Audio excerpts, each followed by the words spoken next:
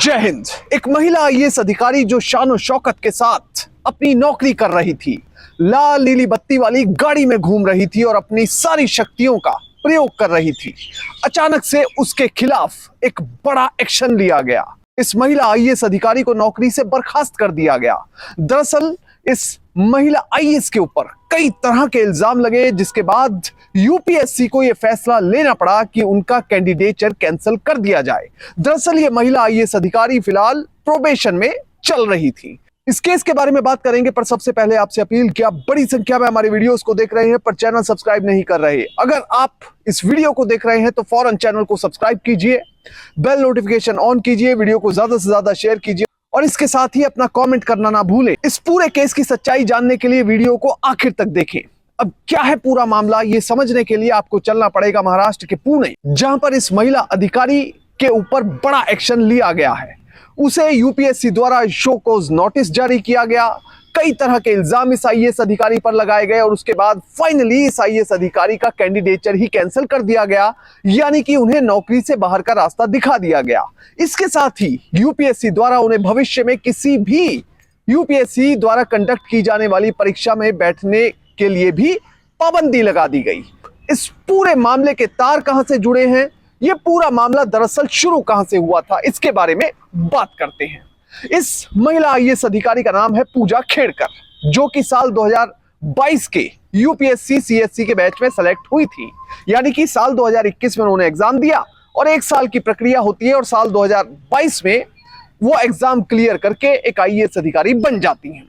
अब उसके बाद जब आईएएस अधिकारी वो बन जाती हैं तो सबसे पहले 3 महीने का फाउंडेशन कोर्स होता है लवासना में, मसूरी में।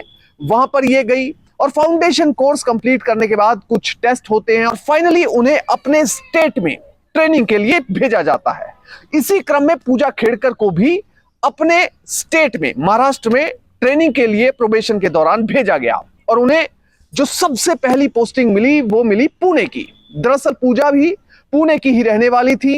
ये अक्सर बहुत कम, ना के बराबर ही देखने को मिलता है कि कोई आईएएस आईपीएस या कोई भी बड़ा सिविल सर्वेंट जो कि ऑल इंडिया सर्विस का मेंबर हो, उसे उसी के गृह जिले में पोस्टिंग मिल जाए। और सबसे पहली पोस्टिंग ही पूजा खेड़कर को पुणे में मिली। अब जैसे ही उन्हें पोस्टिंग मिली उसके बाद उन्हें ज्वाइन करने के लिए वहां पर आना था। अब देखिए, प्रोबेशनर के लिए जो सिंपल सा रूल होता है वो उन्हें कई बार एक गाड़ी मिल भी जाती है और कई बार नहीं भी मिलती है, मगर एक चीज क्लियर है कि वो लाल नीली बत्ती अपनी गाड़ी पर नहीं लगा सकते, उन अधिकारों का इस्तेमाल नहीं कर सकते जो आईएएस और आईपीएस अधिकारी जनरली करते हैं। अब यहां पर पूजा खेड़कर को अपनी नौकरी ज्वाइन करने के लिए पुणे पहुंचना था। रिपोर्टेड फैक्ट्स के मुताबिक वो उससे पहले एक डीसी ऑफिस में, कलेक्टर ऑफिस में काम करने वाले कर्मचारी से संपर्क करती हैं। उन्हें व्हाट्सएप पर मैसेज और कॉल भी करती हैं। उन्हें कहती हैं कि मुझे पुणे में ज्वाइन करने के लिए कहा गया है, मैं सारे पेपर सबमिट कर दूंगी, मगर उससे पहले आपसे मेरी दरख्वास्त ये है कि आप मेरे रहने का प्रबंध कर दीजिए, मेरे ऑफिस का इंतजाम कर दीजिए, मेरे साथ में एक कांस्टेबल तैनात कौन सा होगा उसका इंतजाम कर दीजिए और मेरी गाड़ी यानी कि ट्रांसपोर्टेशन आने जाने के लिए क्या सुविधा रहेगी, कौन सी गाड़ी रहेगी, उसका बंदोबस्त कर दिया जाए। अब रिपोर्टेड फैक्ट्स के मुताबिक दरअसल पूजा खेड़कर ये सारा कन्वर्सेशन एक तहसीलदार स्तर के अधिकारी से कर रही थी। आमतौर पर कलेक्टर ऑफिस में तहसीलदार स्तर के अधिकारी भी इस तरह की व्यवस्था को देखा करते हैं। तो इसी क्रम में पूजा खेड़कर ने भी इस अधिकारी के साथ संपर्क किया और उन्हें अपनी मांगों की सूची व्हाट्सएप पर भेज दी। अब इसके बाद ये जो अधिकारी था उसका रिपोर्टेड फैक्ट्स के मुताबिक कोई सीधे तौर पर जवाब नहीं आया। इसके बाद अगले दिन फिर से पूजा ने रिमाइंडर मैसेज इस अधिकारी को डाला और उन्हें कहा कि मैंने आपसे 3-4 चीजों की मांग की थी, मेरी आपसे गुजारिश ये है कि जब मैं वहां आकर ज्वाइन कर लूंगी तो उसके बाद मेरा इन चीजों की तरफ ध्यान ना भटके, इसलिए आप पहले ही सारी चीजों का इंतजाम कर दें, क्योंकि मैं अपने काम में बाद में बिजी हो जाऊंगी। अब जैसे ही ये बात पूजा खेड़कर कहती हैं तो रिपोर्टेड फैक्ट्स के मुताबिक जवाब में ये अधिकारी कहता है, जी मैडम मैं देखता हूं। अब रिपोर्टेड फैक्ट्स के मुताबिक बात यहीं पर नहीं रुकती। जो दूसरी गलती होती है वो ये हो जाती है कि पूजा के पिता भी यहां पर इन्वॉल्व हो जाते हैं, जो कि खुद एक सर्विंग आईएएस ऑफिसर राज्य में रहे हैं, प्रमोटी आईएएस रहे हैं, पहले पीसीएस में रहे और उसके बाद आईएएस में प्रमोट हुए। उन्होंने भी इस अधिकारी को कथित तौर पर रिपोर्टेड फैक्ट्स के मुताबिक कहा कि वो तुम्हारी अफसर है, तुम्हारा नौकरी में आने के बाद क्या हाल कर सकती है ये तुम्हें समझना चाहिए और पूजा के लिए जो भी सुविधाएं हैं उनका जल्द प्रबंध कर दिया जाए। हालांकि अधिकारी अभी भी चुप रहा और इसके बारे में कलेक्टर को रिपोर्टेड फैक्ट के मुताबिक जानकारी दे दी गई। पर रूल्स के मुताबिक प्रोबेशनर को जितनी सुविधाएं मिल सकती हैं उतनी सुविधाएं दी जा सकती थी। चलिए फिर दिन आता है, रिपोर्टेड फैक्ट के मुताबिक पूजा पुणे में ज्वाइन कर लेती है। ज्वाइन करने के बाद एक दिन इलाके के एडीएम वो अपने दफ्तर से निकलकर किसी काम से बाहर चले गए। अब जैसे ही वो दफ्तर से निकलकर बाहर गए तो रिपोर्टेड फैक्ट के मुताबिक पूजा की नजर उनके दफ्तर पर पड़ गई।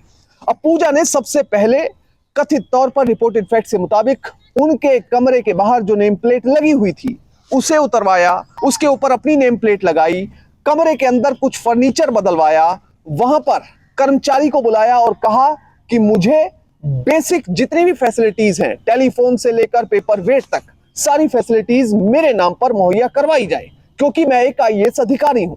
अब इसके बाद कर्मचारी भी देखकर हैरान रह गया।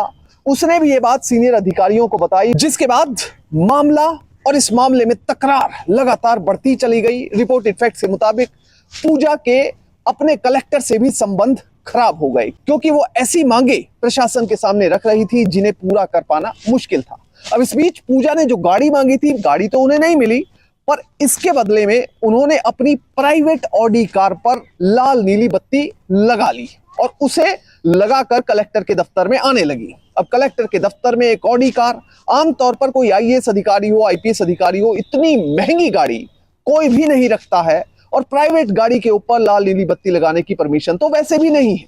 अब कलेक्टर ऑफिस में जब रोज पूजा गाड़ी से आने लगी तो इसे लेकर भी लोग चुपचाप बातें करने लगे। अब धीरे धीरे ये मुद्दा और बातें बढ़ते चले गए। अब कुछ मामले निकलकर सामने आने लगे और कई मामलों को मीडिया ने रिपोर्ट करना भी शुरू किया।